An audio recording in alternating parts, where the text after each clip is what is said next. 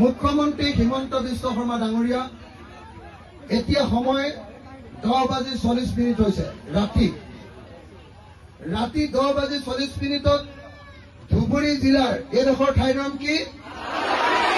আগাবাৰী ধুবুৰী জিলাৰ আগাবাৰীত সংখ্যালঘু মুছলমান ৰাইজে যাক আপুনি কয় যে এওঁলোকে অসমক ভাল নাপায় পাকিস্তানকে ভাল পায় বুলি কয় তেওঁলোকে ৰাতি 10:40 এতিয়া জয় আই অসম ধ্বনি দি আছে অৰ্থাৎ তেখেতসকলে সকলোৱে অসমক ভাল পায়